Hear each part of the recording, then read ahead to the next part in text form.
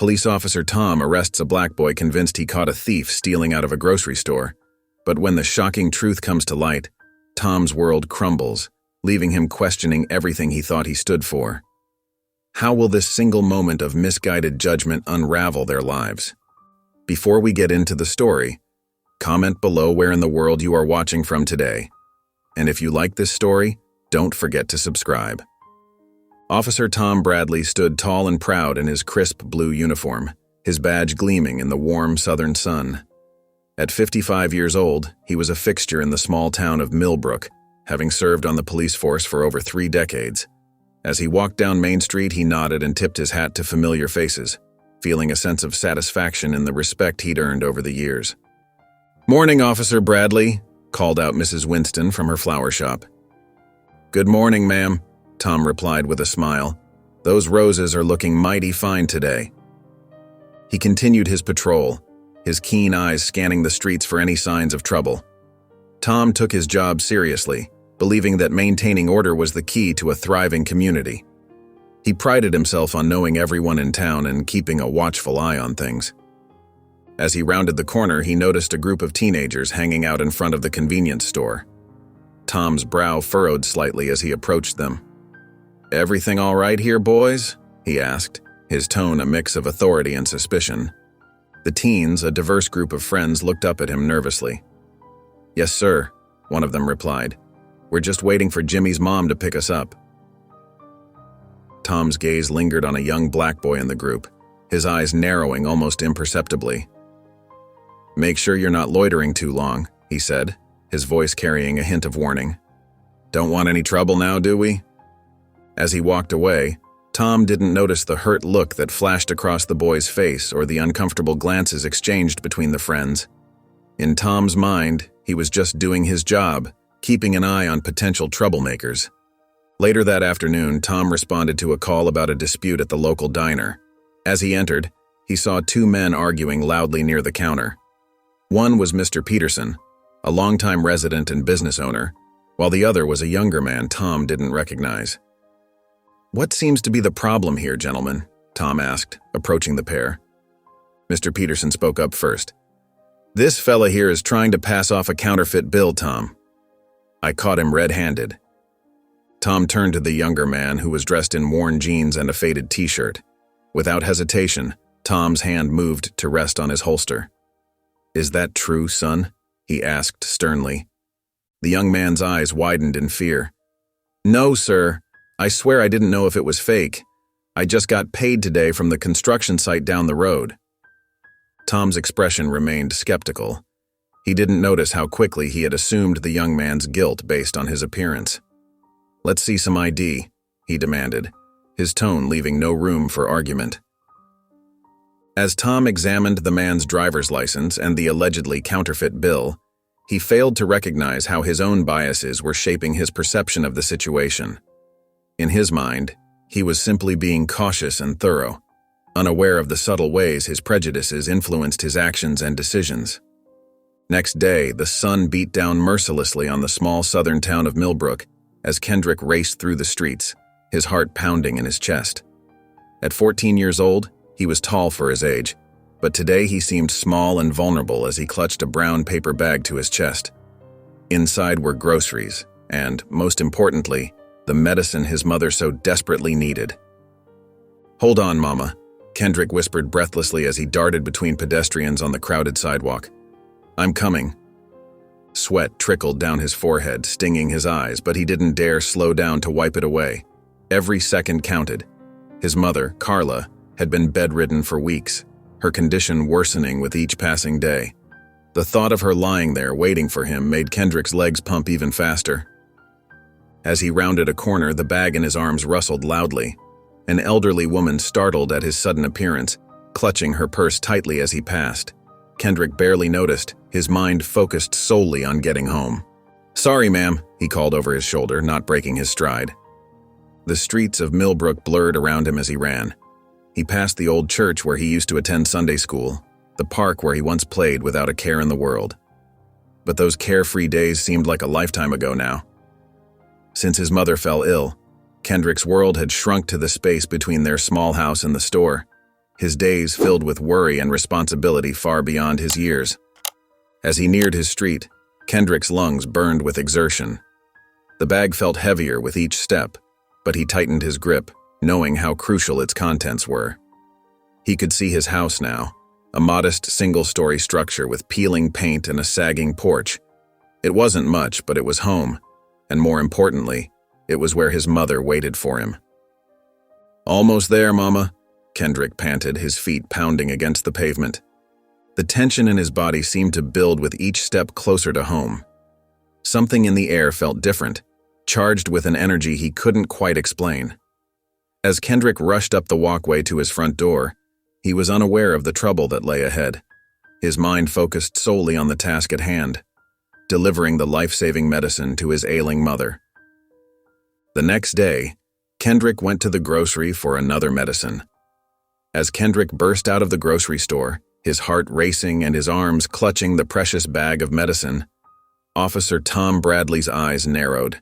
The seasoned policeman had been patrolling the area, his gaze sweeping the streets with the practiced ease of someone who'd spent decades on the force. "Hey, you! Stop right there!" Tom's voice boomed across the parking lot, causing Kendrick to stumble in surprise. The boy's eyes widened with fear as he saw the officer approaching, his blue uniform stark against the sun-baked asphalt. Kendrick's mind raced, confusion etching itself across his young face. "Sir, I didn't do anything wrong," Kendrick stammered, his voice shaking. "Please, I need to get home. My mama—" But Officer Tom wasn't listening. His mind had already made up a story, one where this young boy running from the store could only mean one thing: theft. "Turn out your pockets, son," Tom demanded, his hand resting on his belt, "and put that bag down slowly." Tears welled up in Kendrick's eyes as he realized what was happening. "Officer, please," he pleaded, his voice cracking. "I paid for everything. My mama's sick and I need to bring her this medicine." Tom's face remained impassive, years of dealing with what he perceived as excuses hardening his heart. "I said, put the bag down and turn out your pockets. Now." With trembling hands, Kendrick lowered the bag to the ground. He reached into his pockets and frantically searched for the receipt, only to realize that he had left it behind in his rush to get home. "But I didn't steal anything. Please, my mama needs me." But Officer Tom had already made his decision. He pulled out his handcuffs, the metal glinting in the harsh sunlight. "I'm placing you under arrest for suspicion of theft. You have the right to remain silent." As the cold metal closed around Kendrick's wrists, a sob escaped his throat. "No, please. You don't understand. My mama's waiting for her medicine. She needs me." Onlookers began to gather, their faces a mix of curiosity and concern. Some whispered among themselves, while others looked away uncomfortably. "Officer, maybe you should listen to him," a brave bystander suggested, but Tom waved them off. "This is police business," he said firmly. "Please step back." As Tom led Kendrick to the patrol car, the boy's pleas grew more desperate. "Please, sir, just call my grandma. She can tell you I'm telling the truth. My mama's really sick." But Tom remained resolute, his years of experience telling him he was doing the right thing. He couldn't see past his own assumptions, couldn't hear the truth in Kendrick's trembling voice. As the car door closed, Kendrick's last glimpse was of the brown paper bag sitting forlornly on the sidewalk, the life-saving medicine for his mother now out of reach.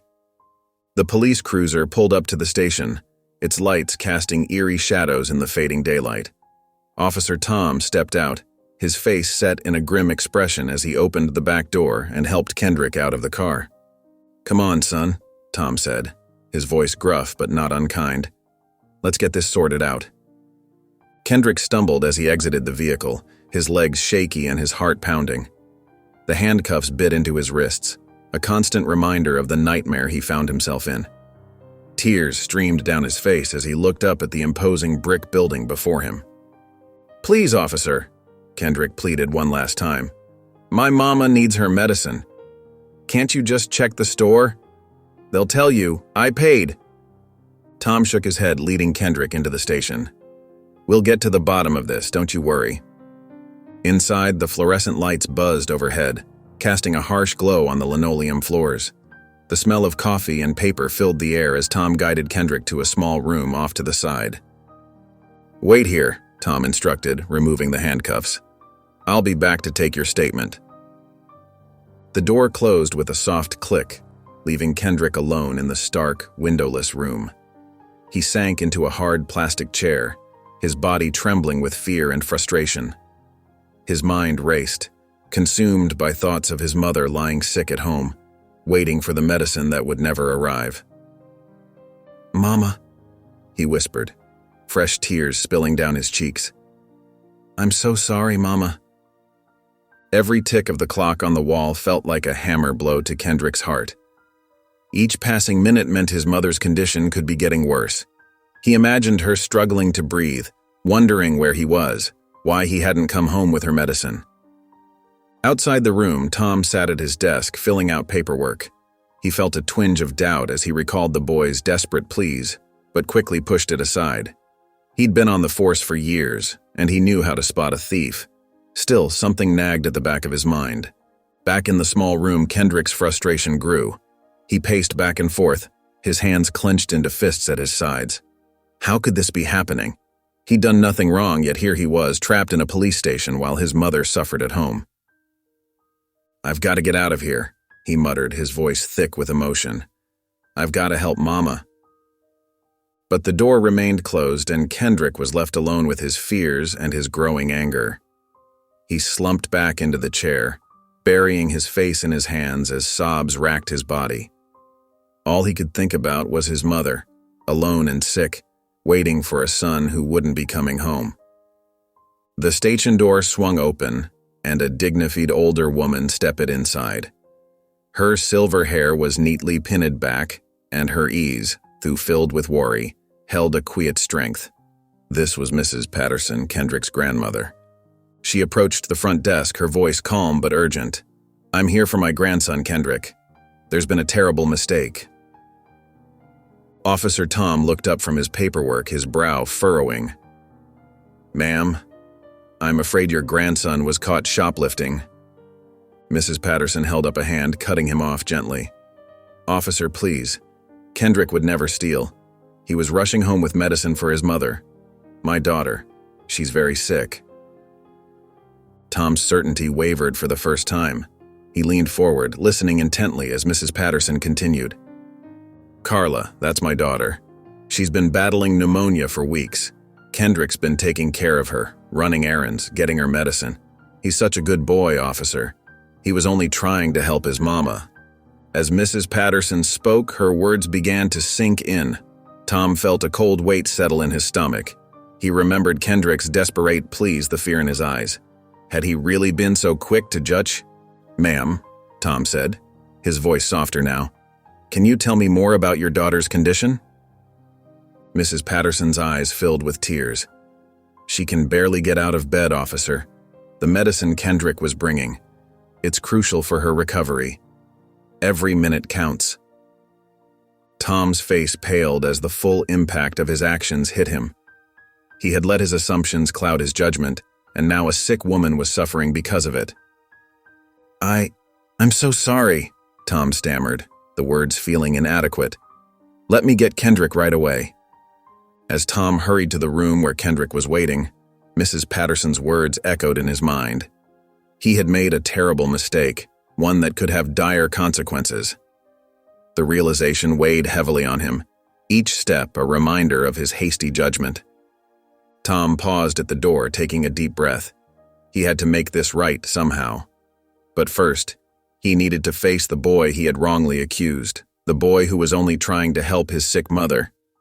With a heavy heart, Tom reached for the doorknob, ready to confront the consequences of his actions. Officer Tom opened the door, his heart heavy with remorse. Kendrick sat on a bench, his young face etched with worry and fear. The boy's eyes darted up, then quickly looked away, unable to meet Tom's gaze. "Kendrick," Tom said softly, "your grandmother is here. You're free to go." As they walked back to the front desk, Tom's guilt grew with each step. Mrs. Patterson stood waiting, her calm demeanor a stark contrast to the turmoil Tom felt inside. "Mrs. Patterson, Kendrick," Tom began, his voice thick with emotion. "I can't begin to express how sorry I am. I made a terrible mistake." Mrs. Patterson nodded, her eyes filled with a mix of relief and disappointment. Kendrick remained silent, his shoulders hunched as if trying to make himself smaller. "I should have listened," Tom continued, the words tumbling out. "I jumped to conclusions, and that was wrong. I'm so sorry." He turned to Kendrick, desperate to make the boy understand. "Son, I know I've caused you and your family harm. Is there anything I can do to help?" Kendrick didn't respond, his eyes fixed on the floor. Mrs. Patterson placed a gentle hand on her grandson's shoulder. "We need to get home to Carla," she said quietly. "She needs her medicine." Tom nodded, feeling helpless. "Of course. Please, let me drive you. It's the least I can do." As they walked out of the station, Tom noticed Kendrick's feet for the first time. The boy wore a pair of worn-out slippers, the soles nearly worn through. The sight hit Tom like a punch to the gut, driving home the hardship this family was facing. He opened the car door for Mrs. Patterson and Kendrick, his movements automatic as his mind reeled. How had he not seen it before? The desperation in Kendrick's run, the urgency in his pleas. It all made sense now. As Tom climbed into the driver's seat, he caught a glimpse of Kendrick in the rearview mirror. The boy sat close to his grandmother, his eyes still downcast. The distance between them felt immense, a chasm created by Tom's hasty judgment. As Tom pulled away from Kendrick's house, his mind was in turmoil. The image of the boy's worn-out slippers and worried face haunted him. He drove slowly through the familiar streets of his town, but everything seemed different now. At a red light, Tom caught his reflection in the rearview mirror. The face staring back at him was one he hardly recognized. His eyes were filled with a mix of shame and confusion. "What have I done?" he whispered to himself. As he resumed his patrol, Tom's thoughts kept drifting back to the events of the day. He replayed the moment he first saw Kendrick running from the store. Why had he immediately assumed the worst? The boy had been trying to explain, but Tom hadn't listened. For the first time in his long career, Tom began to question his instincts. He had always prided himself on being a good judge of character, but today had proven him terribly wrong. "I didn't even give him a chance," Tom muttered, gripping the steering wheel tighter. The realization hit him hard. His snap judgment hadn't been based on any real evidence. It had been based on... what? Tom's stomach churned as the uncomfortable truth began to surface. He pulled over to the side of the road, needing a moment to collect himself. Tom closed his eyes and took a deep breath. In his mind, he saw Kendrick's frightened face again, heard the desperation in his voice as he tried to explain about his sick mother. "How many times have I done this before?" Tom wondered aloud, his voice barely above a whisper. The question opened a floodgate of memories. Tom began to recall other instances where he had made quick judgments based on appearance alone. Each memory brought a fresh wave of shame and regret. As the sun began to set, casting long shadows across the street, Tom sat in his patrol car, grappling with the uncomfortable truth. His prejudice, long hidden even from himself, had caused real harm today, and if he was honest with himself, it wasn't the first time. The weight of this realization settled heavily on Tom's shoulders. He had always seen himself as a fair and just officer, but today's events had shattered that image. The discomfort of confronting his own biases was intense, but Tom knew he couldn't ignore it any longer. Kendrick and Mrs. Patterson walked through the front door of their modest home, the weight of the day's events heavy on their shoulders. The house was quiet, save for the faint hum of a small fan coming from Carla's bedroom. "Go on, child," Mrs. Patterson said softly, gently pushing Kendrick towards his mother's room. "She needs that medicine." Kendrick nodded, his eyes downcast. He clutched the paper bag from the pharmacy tightly as he made his way down the short hallway. The floorboards creaked beneath his feet, each step feeling heavier than the last. As he entered his mother's room, the sight of Carla lying in bed, her face pale and drawn, made Kendrick's heart ache. She turned her head slightly at the sound of his approach, a weak smile spreading across her face. "There's my boy," Carla whispered, her voice barely audible. Kendrick swallowed hard, fighting back tears. "I got your medicine, Mama," he said, his voice cracking slightly. He fumbled with the bag, pulling out the small bottle of pills. Carla reached out a trembling hand to touch her son's arm. "Thank you, baby. You're always taking such good care of me." As Kendrick helped his mother take her medicine, Mrs. Patterson appeared in the doorway with a glass of water. She watched the scene with a mixture of love and concern etched on her face. Once Carla had taken her pills and settled back against her pillows, she looked more closely at Kendrick. "What's wrong, sweetie? You look upset." Kendrick tried to smile, but it didn't reach his eyes. "I'm fine, Mama. Just tired." But Carla knew her son too well. "Kendrick," she said gently, "talk to me." The dam broke. Tears welled up in Kendrick's eyes as the emotions he'd been holding back all day came rushing to the surface. I got arrested, Mama," he choked out. "The police thought I stole something from the store. They wouldn't listen to me." Carla's eyes widened in shock and concern. She looked to Mrs. Patterson, who nodded sadly, confirming Kendrick's words. "Oh, my baby," Carla breathed, reaching out to pull Kendrick close. He fell into her embrace, his shoulders shaking with silent sobs. As Kendrick cried in his mother's arms, a storm of emotions raged inside him. Anger at Officer Tom for not believing him, fear of what might have happened if his grandmother hadn't come to the station, and a deep sense of helplessness in the face of such injustice. Mrs. Patterson moved to sit on the edge of the bed, placing a comforting hand on Kendrick's back. "It's okay to feel upset, child," she said softly. "What happened today wasn't right." Kendrick lifted his head, wiping at his eyes. "But why, Grandma? Why did he think I was a thief? I didn't do anything wrong." The pain in Kendrick's voice was palpable. He looked between his mother and grandmother, searching for answers that neither of them could fully provide. Carla stroked her son's hair, her own eyes filled with tears. "Sometimes people make wrong choices based on what they see, not who a person really is," she explained gently. "But that doesn't make it okay." Kendrick nodded, but the explanation did little to ease the turmoil inside him. He felt angry, scared, and confused all at once. The world suddenly seemed less safe, less fair than it had just that morning. As the family sat together in the quiet room, the emotional toll of the day hung heavily in the air.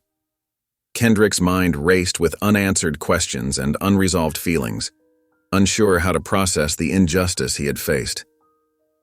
The next morning, Officer Tom Bradley stood on the porch of Kendrick's home, his arms laden with grocery bags. His stomach churned with nervousness as he rang the doorbell. After a moment, Mrs. Patterson answered, her eyes widening in surprise. "Officer Bradley," she said, her voice calm but cautious. Tom swallowed hard. "Mrs. Patterson, I brought some groceries, and something for Kendrick." He shifted awkwardly, revealing a shoebox tucked under his arm. Mrs. Patterson's expression softened slightly. She stepped aside, allowing Tom to enter. The modest living room was tidy but worn, signs of the family's struggle evident in the patched furniture and faded curtains. Kendrick emerged from the hallway, freezing when he saw Tom. His eyes darted between the officer and his grandmother, uncertainty and fear clouding his young face. "Hello, Kendrick," Tom said softly, his voice heavy with regret. He held out the shoebox. I noticed your shoes were pretty worn yesterday. I thought you might like these." Kendrick didn't move. His gaze dropped to the floor, his body tense. Mrs. Patterson gently took the box from Tom. "That's very kind of you, officer," she said, her voice tinged with a mix of gratitude and sadness. Tom set the groceries on a nearby table, his heart sinking at Kendrick's cold response. "I'm so sorry, Kendrick," he said, his voice cracking. "What I did was wrong. I made a terrible mistake." Kendrick remained silent, his eyes fixed on the floor. Mrs. Patterson placed a hand on Kendrick's shoulder. "Thank you for coming by, Officer Bradley," she said softly. "We appreciate the gesture." Tom nodded, understanding it was time to leave. As he stepped back onto the porch, he turned one last time. "If there's anything else I can do." Mrs. Patterson gave him a small, sad smile. "We'll be all right. Thank you." As the door closed behind him, Tom felt the full weight of his actions crashing down. He stumbled to his patrol car, his vision blurring with unshed tears. He drove aimlessly, finally pulling over at a quiet spot by the river. Alone in his car, Tom's composure crumbled. Sobs racked his body as the enormity of his mistake hit him. He thought of Kendrick's frightened face at the station, of the boy's worn-out slippers, of the pain and distrust in his eyes today. "What have I done?" Tom whispered, his voice choked with emotion. Years of unconscious bias had led to this moment, destroying the trust of a young boy and his family. The tears flowed freely as Tom confronted the harsh reality of his prejudice and its devastating consequences. The following Monday, Kendrick walked through the school gates with his head down. His new shoes, a gift from Officer Tom, felt heavy on his feet. As he made his way to his locker, he noticed the sudden hush that fell over the hallway. Eyes darted in his direction and whispers erupted in his wake. "There he is," someone murmured. "I heard he got arrested for stealing." Kendrick's cheeks burned as he fumbled with his locker combination. His hands shook slightly as he grabbed his books. In his first class, Kendrick slid into his usual seat. His friend Marcus, who usually sat next to him, chose a desk on the other side of the room. Kendrick's heart sank. During lunch, Kendrick sat alone at the far end of the cafeteria. The table where he used to sit with his friends was full, and no one made eye contact with him. He picked at his food, his appetite gone. "Hey, Kendrick," a voice called out. He looked up to see Jessica, a girl from his math class. "Is it true you got arrested? My mom said she saw you at the police station." Kendrick's throat tightened. "It was a mistake," he mumbled. "I didn't do anything wrong." Jessica raised an eyebrow. "Sure," she said, her tone doubtful. She walked away, leaving Kendrick feeling even more alone. As the days passed, the whispers and stares continued. Kendrick's once busy phone fell silent. No one invited him to study groups or asked him to join pickup basketball games after school. The isolation weighed heavily on him. In class, Kendrick struggled to focus. His mind kept drifting to his mother's illness and the shame of his arrest. His grades, once a source of pride, began to slip. One afternoon, Kendrick's English teacher, Mrs. Rodriguez, asked him to stay after class. "Kendrick," she said gently, "I've noticed you've been distracted lately. Is everything okay?" Kendrick's eyes welled up with tears. He wanted to tell her everything, about his mother's illness, the wrongful arrest, the loneliness he felt at school. But the words wouldn't come. He simply shook his head and mumbled, "I'm fine." As he walked home that day, Kendrick felt the weight of his situation crushing down on him. The stress of caring for his sick mother, coupled with the isolation at school, left him feeling overwhelmed and lost. He longed for the days when he was just a regular kid, liked by his classmates and confident in his place in the world. The next day, Kendrick trudged into his history class, his shoulders slumped. As he took his seat, he could feel the familiar weight of his classmates' stares. Mr. Johnson, their teacher, cleared his throat. "Today we're going to discuss current events and their impact on our community," Mr. Johnson announced. "Does anyone have a topic they'd like to bring up?" The room fell silent. Kendrick kept his eyes fixed on his desk, wishing he could disappear. Suddenly, a hand shot up. It was Sarah, a quiet girl who sat near the back of the class. Mr. Johnson nodded, encouraging her to speak. Sarah took a deep breath. "I'd like to talk about how rumors and misunderstandings can hurt people," she said, her voice shaky but determined. "Like what happened to Kendrick." A collective gasp rippled through the classroom. Kendrick's head snapped up, his eyes wide with surprise. Sarah continued, her voice growing stronger. "I was at the grocery store that day. I saw what really happened. Kendrick didn't steal anything. He was just in a hurry to get medicine for his mom." The room buzzed with whispers. Kendrick felt his cheeks grow hot, a mix of embarrassment and gratitude washing over him. "I saw Officer Tom arrest him," Sarah explained. "It was a mistake. Kendrick was innocent, but nobody bothered to listen to him." Mr. Johnson nodded thoughtfully. "Thank you for sharing that, Sarah. It takes courage to speak up for others." As Sarah spoke, Kendrick noticed some of his classmates glancing at him with newfound understanding in their eyes. Marcus, his old friend, looked especially ashamed. "We've all been treating Kendrick badly because of rumors," Sarah continued, "but we never bothered to find out the truth. That's not fair." Her words hung in the air, heavy with meaning. Kendrick felt a lump form in his throat, overwhelmed by Sarah's kindness.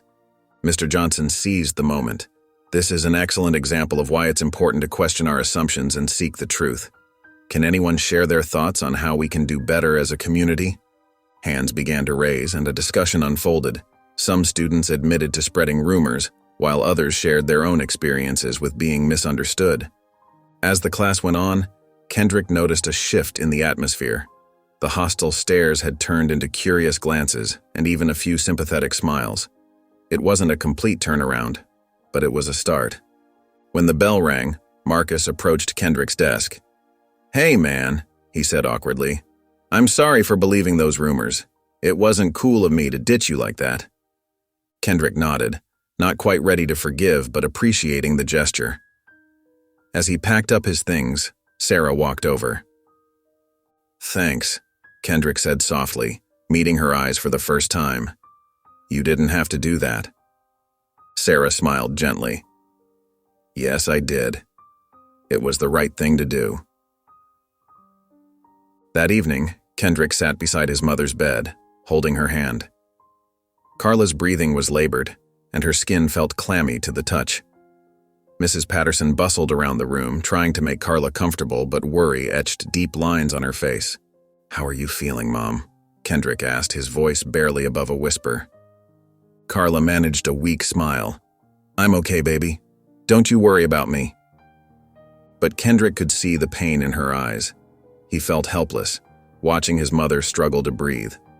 Suddenly, Carla's body was racked by a violent coughing fit. She gasped for air, her face turning pale. "Grandma!" Kendrick called out, panic rising in his chest. Mrs. Patterson rushed over, her eyes widening at the sight of her daughter. "We need to get her to the hospital," she said firmly. "Now." The next few minutes were a blur. Mrs. Patterson called an ambulance while Kendrick held his mother's hand, whispering words of comfort.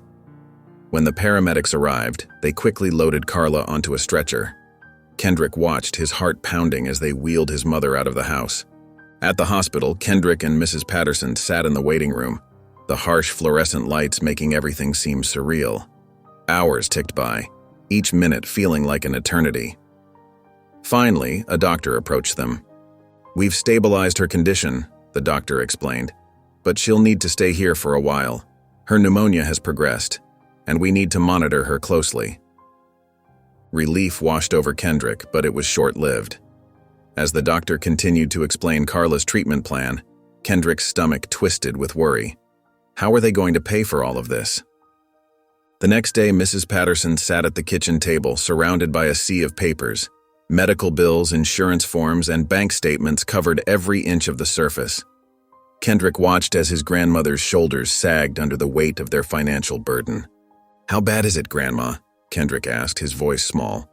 Mrs. Patterson looked up, trying to hide the fear in her eyes. "We'll figure it out, honey. Don't you worry." But Kendrick could see the truth. The bills were piling up, and they didn't have nearly enough to cover them. He thought about the meager savings in his piggy bank and felt a wave of despair wash over him. It wasn't nearly enough. That night, Kendrick lay in bed, unable to sleep. The fear of losing his mother consumed him. He imagined a world without her smile, without her comforting hugs, and felt tears well up in his eyes. The thought of her alone in that sterile hospital room made his heart ache. And then there were the bills. Kendrick had overheard his grandmother on the phone trying to work out payment plans. The stress in her voice was unmistakable. He felt so small, so powerless against the mountain of debt that threatened to crush them. Tom sat at his desk in the police station, his face etched with worry. The weight of his mistake hung heavy on his shoulders. He couldn't shake the image of Kendrick's worn-out slippers or the fear in the boy's eyes when he'd wrongly arrested him. Tom knew he had to do something to make things right. With determination, he picked up the phone and started calling local businesses. "Hello, Mrs. Willow. It's Officer Tom. I'm organizing a fundraiser for Carla, Kendrick's mother. She's in the hospital and the family's struggling with medical bills. Would you be willing to help?" Some calls went well, with people eager to contribute. Others were less receptive. Tom felt a glimmer of hope when the owner of the local diner agreed to host a benefit dinner. The next day, Tom visited the community center to put up flyers. As he was taping one to the bulletin board, he overheard two men talking nearby. "Did you hear about that fundraiser for the Patterson family?" one man said. "Yeah," the other replied. "Don't know why we should help them. They're probably just looking for a handout." Tom's stomach churned at the casual prejudice in their words. He wanted to confront them but held back, knowing it wouldn't help Kendrick's cause. Instead, he approached them with a smile. "Excuse me, gentlemen. I couldn't help overhearing. I'm actually organizing that fundraiser. Carla Patterson is very ill, and her family is facing enormous medical bills. They're good people who've fallen on hard times. I hope you'll consider coming to the benefit dinner next week." The men looked uncomfortable, mumbling non-committal responses before walking away. Tom sighed, realizing how deeply ingrained some people's biases were. Undeterred, Tom continued his efforts. He visited the local church, speaking with the pastor about rallying the congregation to help. He went door to door in Kendrick's neighborhood, explaining the situation to people who knew the family. As he worked, Tom noticed a shift in himself. Each conversation, each small act of kindness he witnessed, chipped away at his own long-held prejudices. He saw the community not as separate groups, but as individuals, each with their own struggles and strengths. One afternoon, while putting up more flyers at the grocery store, Tom ran into Sarah, Kendrick's classmate who had defended him at school. "Officer Tom," she said, her voice tinged with surprise. "Are you the one organizing all this for Kendrick's family?" Tom nodded. "I am. I made a terrible mistake, and I'm trying to make it right." Sarah's face softened. "That's really good of you. Is there anything I can do to help?" Tom's face lit up at Sarah's offer. "That would be wonderful, Sarah. We need all the help we can get," he said, handing her a stack of flyers. "Could you distribute these around your school? And maybe talk to your friends about coming to the benefit dinner?" Sarah nodded eagerly, taking the flyers. "Of course, I'll do my best to get everyone involved." As Sarah left with her mission, Tom felt a small spark of hope. The community was slowly coming together, and he prayed it would be enough to help Kendrick's family. Meanwhile, in the quiet of his bedroom, Kendrick found himself overwhelmed by the weight of his emotions. The stress of his mother's illness, the lingering pain from his wrongful arrest, and the struggle to keep up with school had finally become too much to bear. With trembling hands, Kendrick knelt beside his bed. Tears began to stream down his face as he clasped his hands together, his voice barely above a whisper. "Dear God," he began, his voice quivering, "please help my mama. She's so sick, and I'm scared. I don't know what to do anymore." Kendrick's shoulders shook as he sobbed, pouring out his heart to God. "I know you can heal her. Please, please make her better. I need her. We need her." His words came faster now, tumbling out between gasps and tears. "And God, I'm trying so hard to be strong, but it's just so difficult. People at school still look at me funny, and I can't stop thinking about what happened with Officer Tom." Kendrick paused, taking a shaky breath. "Help me forgive him, Lord. I know I should, but it's so hard. And please, give me strength to keep going. I don't know how much longer I can handle all of this." As he prayed, Kendrick felt a warmth spreading through his chest. It was as if a comforting hand had been placed on his shoulder, offering silent support. "Thank you for listening, God," Kendrick whispered, wiping his eyes. "I know you're here with me, even when things are tough. Please stay close to Mama, too. Amen." Exhausted but feeling a glimmer of peace, Kendrick climbed into bed. For the first time in weeks, he fell into a deep, restful sleep. clinging to the hope that his prayer had been heard. As news of Carla's condition spread through the small town, the community began to rally around Kendrick and his family. Tom's efforts to organize fundraisers started to bear fruit, with neighbors and local businesses coming together to help. At Joe's Diner, the benefit dinner was in full swing. The place buzzed with activity as people from all walks of life gathered to show their support. Mila and her classmates had done an incredible job spreading the word, and the turnout was better than anyone had expected. Kendrick stood near the entrance, overwhelmed by the outpouring of kindness. He watched as people dropped bills into donation jars and bid on items in the silent auction. For the first time in weeks, a small smile tugged at the corners of his mouth. Mrs. Patterson squeezed her grandson's shoulder. "See, Kendrick? People care. We're not alone in this." As the evening wore on, the total amount raised climbed higher and higher. It wasn't enough to cover all of Carla's medical expenses, but it was a start. Kendrick felt a flicker of hope ignite in his chest. However, that hope was soon to be tested. The next day, Tom received devastating news from the local charity that could have offered more substantial assistance. Despite his best efforts to explain the situation, the charity denied their application due to Kendrick's arrest still being on record. Tom's heart sank as he realized the far-reaching consequences of his mistake. He knew he had to be the one to break the news to Kendrick and his family. With a heavy heart, Tom drove to Kendrick's house. As he knocked on the door, he could hear the muffled sounds of a television inside. Mrs. Patterson answered, her face falling slightly when she saw Tom. "Officer Bradley," she said, her voice guarded. "What brings you here?" Tom swallowed hard.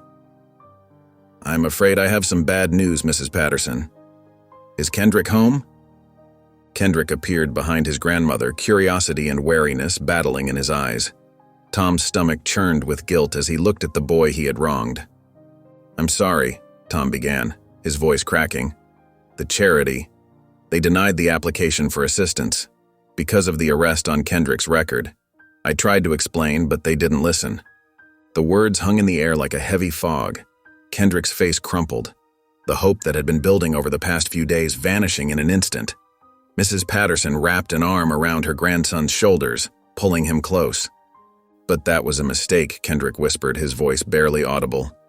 "You said you'd fix it." Tom felt as if he'd been punched in the gut. "I know, Kendrick. I'm so sorry. I thought I had, but I'll keep trying. I promise I'll make this right." But Kendrick had already turned away, disappearing into the house. Mrs. Patterson gave Tom a look that was part sympathy, part disappointment. "Thank you for letting us know, Officer Bradley," she said softly before closing the door. Tom stood on the porch for a long moment, the weight of his guilt crushing him. He had tried so hard to make amends, but his mistake continued to haunt Kendrick and his family. As he walked back to his car, Tom knew he had to find a way to fix this, no matter what it took. Driven by guilt and a burning desire to make things right, Tom threw himself into investigating the charity that had denied Kendrick's family assistance. He pored over their records, interviewed past applicants, and dug deep into their decision-making process. What he uncovered shocked him to his core.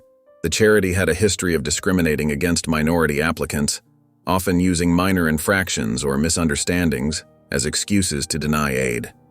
Tom's hands shook as he compiled his findings, realizing that Kendrick's case was just the tip of the iceberg. With a heavy heart but steely determination, Tom took his evidence to the local newspaper. The editor, Melinda Santos, listened intently as Tom laid out the facts. "This is big, Tom," Melinda said, her eyes wide. "Are you sure you want to go public with this?" Tom nodded firmly. "It's the right thing to do. These people need help, and they're being turned away for all the wrong reasons." The story broke the next day, splashed across the front page of the Millbrook Gazette. The headline read, "Local Charity Accused of Discrimination in Aid Distribution." The article detailed Tom's findings, using Kendrick's case as a poignant example of the charity's unjust practices. The reaction was swift and fierce. Social media exploded with outrage, and local TV stations picked up the story. People who had previously been silent about their own experiences with the charity came forward, adding their voices to the growing chorus of discontent. Under intense public pressure, the charity's board called an emergency meeting. They issued a statement apologizing for their past practices and promising to review all previously denied applications. More importantly, they reversed their decision on Kendrick's case, agreeing to provide the much-needed assistance for Carla's medical bills. The news spread quickly through the small town. People stopped Tom on the street to shake his hand, congratulating him for standing up for what was right. But Tom felt no pride in his actions, only relief that he had managed to undo some of the harm he had caused. At Kendrick's house, the atmosphere was one of cautious optimism. Mrs. Patterson wept with joy when she heard the news, but Kendrick remained subdued. The emotional toll of the past weeks had left deep scars that wouldn't heal overnight. When Tom visited to share the news personally, Kendrick listened silently, his eyes fixed on the floor.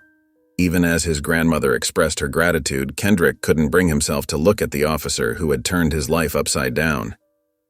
"Thank you," Kendrick finally mumbled, his voice barely above a whisper. But the words seemed to cost him great effort, and he quickly retreated to his room, leaving Tom and Mrs. Patterson in an awkward silence. As Tom left the house, he realized that while he had managed to fix the practical problems he had caused, healing the emotional wounds would take much more time and effort. The weight of his actions still hung heavy on his shoulders, a constant reminder of the harm that unconscious bias could cause. As the days turned into weeks, a glimmer of hope began to shine through the darkness that had enveloped Kendrick's family. Carla's condition, once dire and seemingly hopeless, started to show signs of improvement. The doctors, who had been grim-faced and cautious, now allowed themselves small smiles when they checked her charts. Every afternoon, as soon as the final school bell rang, Kendrick would rush to the hospital. His backpack bounced against his shoulders as he ran, his heart pounding with a mixture of hope and fear. The antiseptic smell of the hospital corridors no longer bothered him as he made his way to his mother's room. "Hey, Mom," Kendrick would say softly, entering the room. Carla's eyes would light up at the sight of her son, even though she was often too weak to speak. Kendrick would settle into the chair by her bed, pulling out his homework. As he worked on math problems or history essays, he'd talk to his mother about his day. He told her about Sarah standing up for him at school, about the fundraisers that were helping pay for her treatment, and about the small kindnesses he was beginning to see in their community again. "The doctors say you're getting better, Mom," Kendrick would say, his voice thick with emotion. "They say the medicine is working." Carla would squeeze his hand weakly, her eyes full of love and determination. Even in her weakened state, she fought hard, drawing strength from her son's daily visits. As the community's generosity continued to pour in, ensuring Carla received the best possible care, Kendrick found himself turning to prayer more often. Each night, he knelt by his bed, his hands clasped tightly. "Please, God," he would whisper, tears rolling down his cheeks. "Please let Mom get better. I need her. I can't do this without her." In the hospital, small victories were celebrated. Carla's fever broke. Her breathing became less labored. She began to stay awake for longer periods, even managing to eat small amounts of food. The doctors remained cautiously optimistic, warning against getting hopes up too high. But for Kendrick, each small improvement was a lifeline, a reason to keep believing that his prayers were being answered.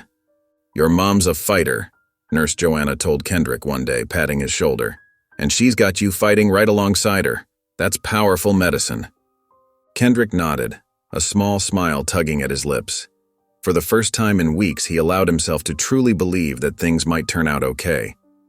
Next day, Officer Tom's police cruiser pulled up to Kendrick's modest home, its tires crunching on the gravel driveway.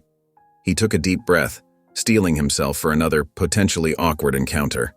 In his hands, he held a paper bag filled with fresh groceries and a new notebook for Kendrick's schoolwork.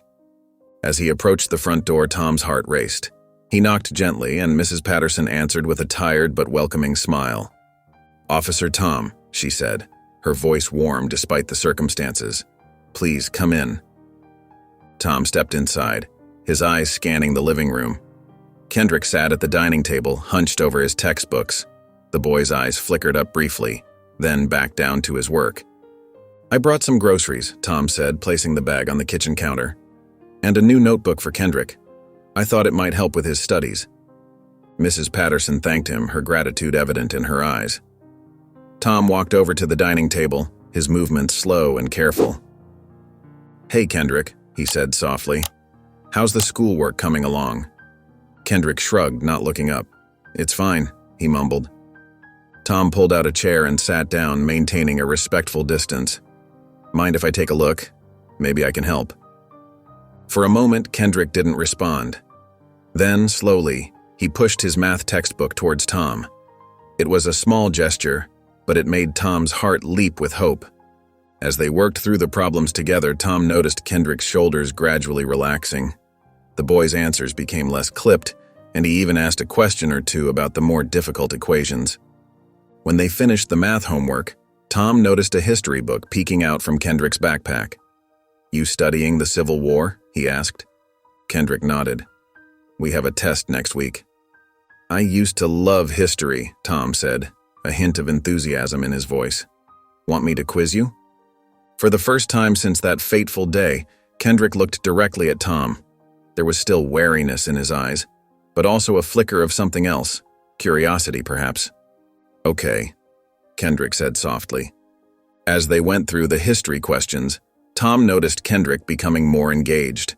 The boy's answers grew more detailed, and he even corrected Tom on a date he got wrong. "You really know your stuff," Tom said, impressed. "You're going to ace that test."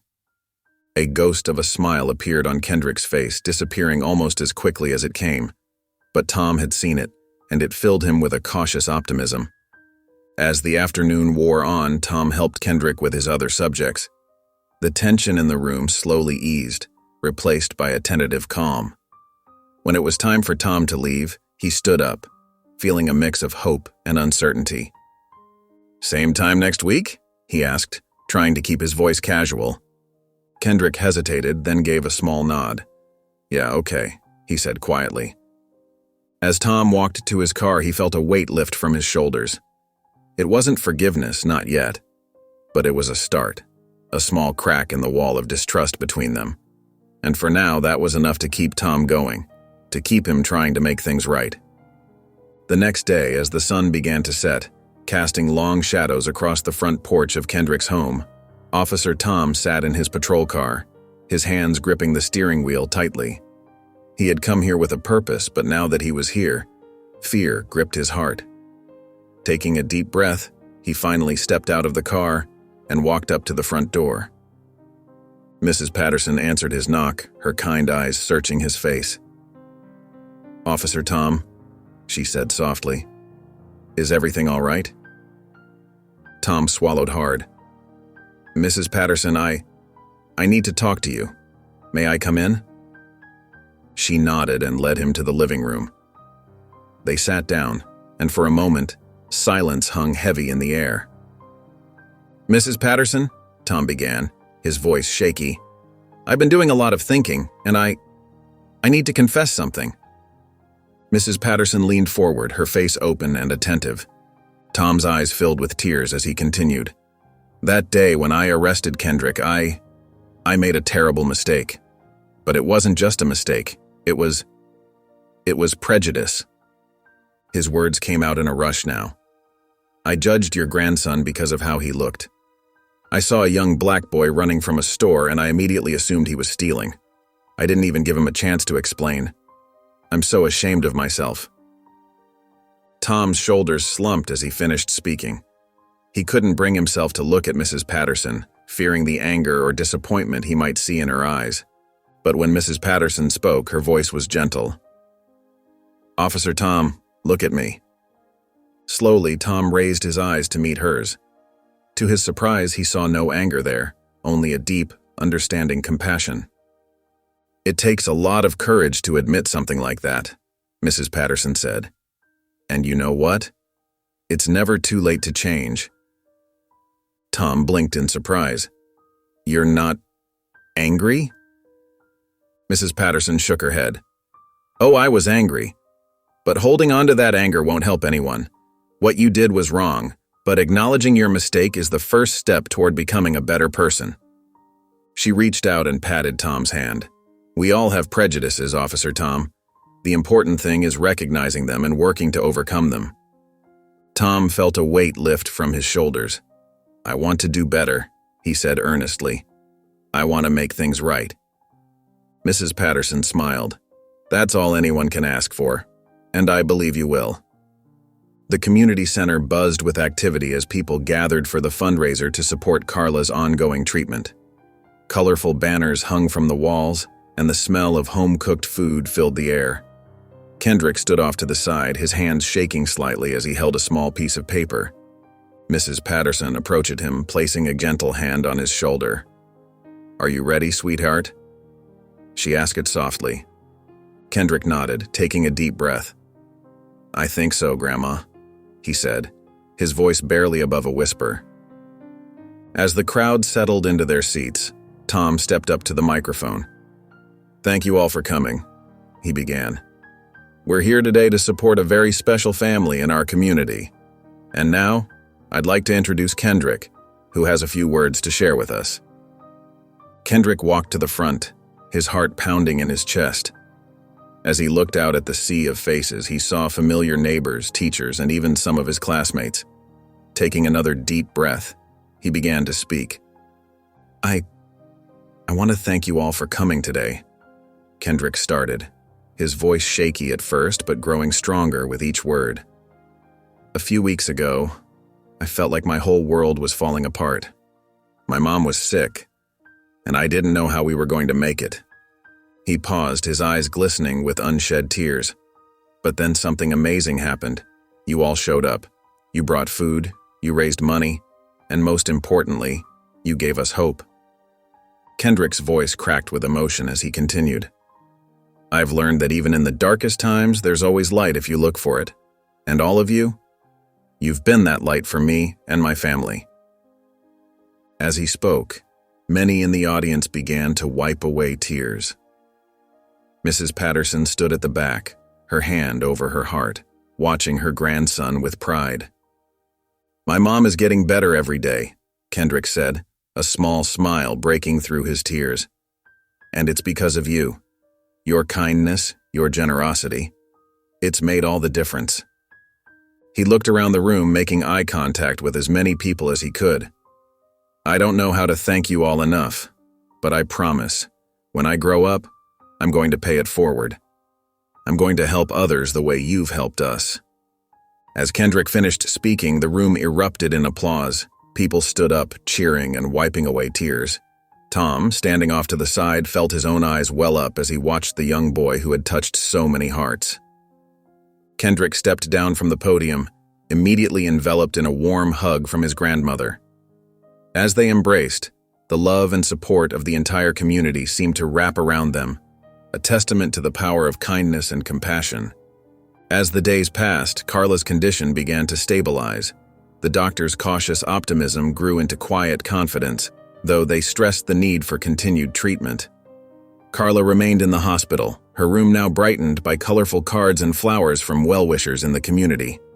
Every day after school, Kendrick would rush to the hospital, his backpack slung over one shoulder. The nurses greeted him with warm smiles as he made his way to his mother's room. "Mom!" Kendrick called out as he entered, his face lighting up at the sight of Carla sitting up in bed. Carla's eyes sparkled as she saw her son. "There's my boy," she said, her voice soft but filled with love. Kendrick pulled up a chair next to her bed, eager to share his day. "You won't believe what happened in math class today," he began, launching into a story about a tricky problem he'd solved. As Kendrick talked, Carla listened intently, her pride evident in her eyes. She reached out and took his hand, squeezing it gently. "And how are things at home?" Carla asked when Kendrick paused for breath. Kendrick's expression softened. "It's okay, Mom. Everyone's been so kind. Mrs. Johnson from next door brought over a casserole yesterday, and Mr. Peter mowed our lawn." Carla's eyes welled up with tears. "This community, they've been such a blessing." Kendrick nodded, feeling a lump form in his throat. "Yeah, they really have. I never knew we had so many people who cared about us." As they sat together, Mother and son, the bond between them seemed to grow stronger with each passing moment. They found comfort in each other's presence, drawing strength from their shared love and the support of their community. Carla stroked Kendrick's hand. "You know, sweetie, seeing you every day like this, it gives me the strength to keep fighting." Kendrick felt his own eyes fill with tears.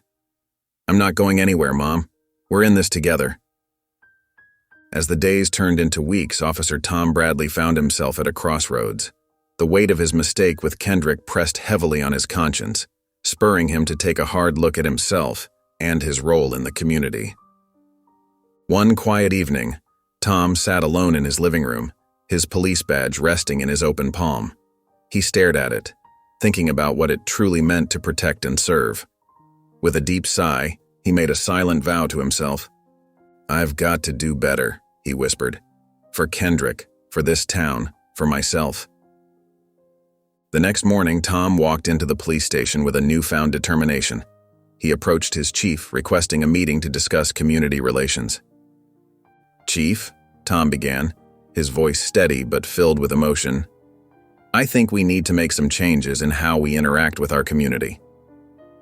The chief leaned back in his chair, eyebrows raised. "What did you have in mind, Bradley?" Tom took a deep breath. "I want to start a program that brings officers and community members together. We need to build trust, to understand each other better." Over the next few weeks, Tom threw himself into his new mission. He organized community meetings, inviting both officers and residents to attend. At first, the turnout was small, with tension thick in the air. But Tom persevered, facilitating open and honest discussions about police practices and community concerns. He also began volunteering at the local youth center, spending time with kids from all backgrounds. Tom found himself learning as much from them as they did from him. Each interaction challenged his preconceptions and broadened his perspective. During one of these sessions, Tom noticed a young boy sitting alone, looking anxious. The child reminded him of Kendrick, and Tom felt a pang in his heart. He approached the boy slowly, kneeling down to meet his eyes. "Hey there," Tom said gently. "Everything okay?" The boy shrugged, not meeting Tom's gaze. Tom sat down next to him, patient and calm. "You know," Tom said softly, "I made a big mistake once. I judged someone without knowing their story. But I learned that it's never too late to change, to try and make things right." The boy looked up at Tom, curiosity replacing fear in his eyes. As they talked, Tom felt a small spark of hope. Maybe, just maybe, he could make a difference, one interaction at a time. Back at the station, Tom became an advocate for empathy and understanding within the force. He shared his experiences, encouraging his fellow officers to examine their own biases and approach their duties with compassion. "We're here to protect and serve everyone," Tom would say during briefings. "That means everyone, no matter what they look like or where they come from." It wasn't always easy. Some officers resisted the change, clinging to old habits and prejudices. But Tom remained steadfast in his commitment, leading by example and slowly but surely making an impact. As the weeks passed, Kendrick slowly began to emerge from the shell of fear and doubt that had surrounded him since his wrongful arrest. With Tom's constant encouragement and the unwavering support of his community, Kendrick found the strength to lift his chin and face the world again. At school, Kendrick started to raise his hand in class more often. His teachers noticed the change, offering warm smiles of encouragement. Mrs. Johnson, his English teacher, pulled him aside one day after class. "Kendrick," she said softly, her eyes kind, "I just wanted to tell you how proud I am of your progress. Your last essay was outstanding." Kendrick felt a warmth spread through his chest. "Thank you, Mrs. Johnson," he replied, a small smile tugging at his lips. As his confidence grew, so did his grades. Kendrick threw himself into his studies with renewed vigor, finding solace and purpose in learning. He spent hours poring over his textbooks, determined to make the most of every opportunity. One afternoon, Tom stopped by Kendrick's house with a stack of books on various careers. Kendrick eyed them curiously as Tom set them on the kitchen table. "I thought you might like to take a look at these," Tom said, his voice gentle. "There's a whole world of possibilities out there for you, Kendrick." Kendrick nodded, reaching for a book on medicine. As he flipped through the pages, a spark of interest ignited in his eyes. He thought of his mother, still recovering but getting stronger every day, and all the doctors and nurses who had helped her. "Maybe," Kendrick started, his voice barely above a whisper, "maybe I could be a doctor someday. Help people like Mom." Tom's face lit up with a proud smile. "You absolutely could, Kendrick. You've got the brains and the heart for it." From that day on, Kendrick approached his studies with a new sense of purpose. He joined the science club at school, participating in experiments and discussions with enthusiasm. His classmates, who had once whispered and pointed, now sought him out for help with their assignments. As Kendrick's world expanded, so did his desire to give back. He remembered the kindness shown to him and his family during their darkest hours, and he yearned to pay it forward. With Tom's help, Kendrick started volunteering at the local community center, tutoring younger kids who were struggling with their schoolwork. One Saturday morning, as Kendrick sat with a young girl named Lily, helping her sound out words in a storybook, he felt a sense of fulfillment wash over him. Lily's face brightened as she successfully read a difficult sentence, and Kendrick couldn't help but beam with pride. "You did it, Lily," he exclaimed, giving her a high five. As Lily skipped away to show her parents her progress, Kendrick caught Tom's eye across the room. Tom gave him a thumbs up, and Kendrick returned it with a genuine smile. For the first time in months, Kendrick felt truly hopeful about the future. As the sun peeked through the hospital room's curtains, Kendrick and Tom stood side by side at Carla's bedside. The steady beep of the heart monitor filled the quiet room, a constant reminder of Carla's improving health. Kendrick held a single red rose in his trembling hands. He looked at his mother, her face peaceful in sleep, and felt a wave of love wash over him. With gentle care, he placed the rose on her blanket, just above her folded hands. "It's beautiful, Kendrick," Tom said softly, his voice filled with emotion. Kendrick nodded, unable to speak past the lump in his throat. He reached out and took his mother's hand, squeezing it gently. Tom placed a comforting hand on Kendrick's shoulder. The gesture, once unthinkable, now felt natural and right. In the month since that fateful day of the wrongful arrest, Tom had worked tirelessly to earn Kendrick's trust and become a positive force in his life. "She's getting stronger every day," Tom said, his eyes shining with hope. "The doctors say she might be able to come home soon." Kendrick looked up at Tom, a small smile playing on his lips. "Yeah," he said, his voice barely above a whisper. "I can't wait." As they stood there, united in their care for Carla, both Kendrick and Tom reflected on the journey that had brought them to this moment. The pain, the misunderstandings, the hard work of rebuilding trust, it had all led to this. Two people from different worlds standing together as friends and allies. Tom's transformation was evident in the gentleness of his gaze and the humility in his posture. He had learned valuable lessons about empathy and understanding, lessons that had not only changed his relationship with Kendrick, but had also made him a better police officer and community member. Kendrick, too, had grown. The anger and fear that had once consumed him had given way to a quiet strength and determination. He stood taller now, his eyes bright with hope for the future.